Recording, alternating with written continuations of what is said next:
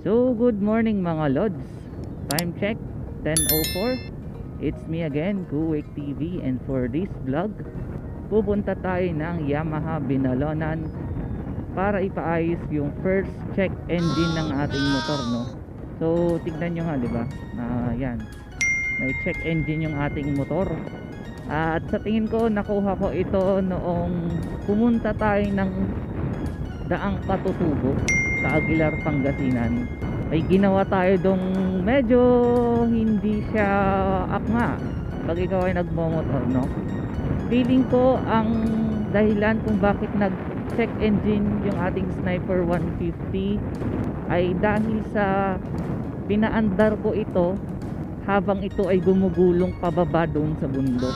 Yan, naisip ko kasi na baka makatipid tayo ng gas pag pinaandar natin tong motor natin, naka-off yung ating motor, and then pinadaus-dus ko siya.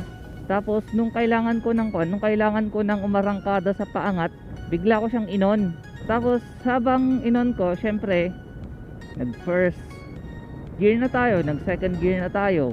Namalayan ko, biglang nag-appear yung check engine icon dito sa ating panel or dito sa ating motor. I think yun yung naging dahilan nung pag-check engine ng ating motor, no. So sabi nga ni Sir Christopher Torres sa Motocare Pangasinan na makikita yan pag ginamitan na ng gadget, no. So yun, pupunta tayo ng Yamaha Binalonan to check kung ano nga ba yung dahilan ng ating first engine check or check engine ng ating motor. At tignan natin kung covered pa ba ng warranty yung mga ganong issues sa Sniper 150. And let's check kung anong error ng ating Sniper 150.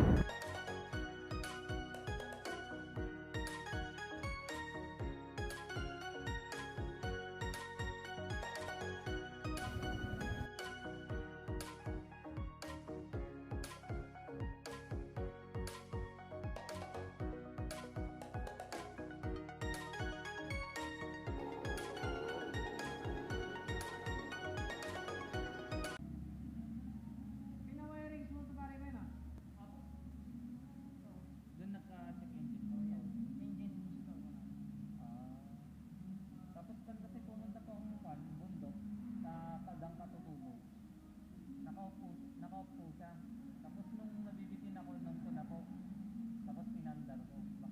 Tapos nakita ko nag-red na siya, kaya akala ko baka doon nanggaling yung check engine ko yan sa wiring.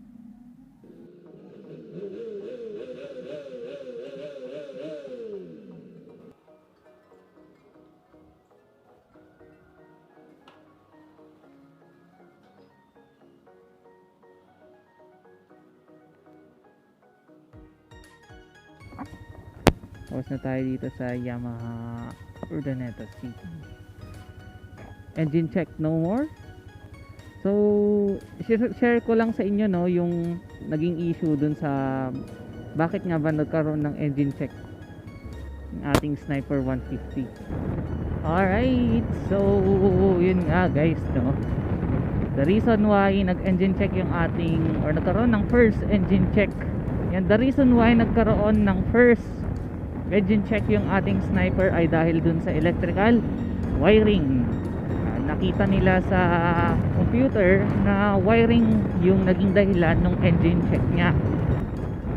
So normally talaga pag nagalaw yung wirings ng Sniper 150, nagkakaroon talaga ng engine check yon. Kaya nga tinanong ko si Sir Christopher Torres noong nasa Motocare Pangasinan tayo, dun sa shop nya, kung meron silang pang reset ng engine check.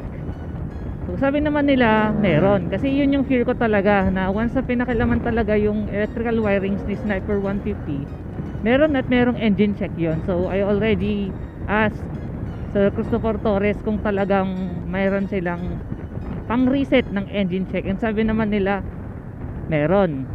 And after nagpakabit tayo ng mini driving light, no, so far wala namang engine check na nangyari until nito nga lang nung umakyat tayo ng Daang Katutubo.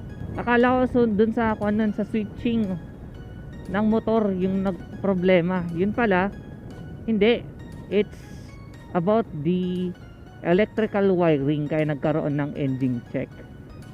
So pag nagpakabit kayo or anything man lang na ginalaw ninyo sa inyong mga motor, especially sa electric wiring ng inyong Sniper 150, given na magkakaroon na siya ng engine check,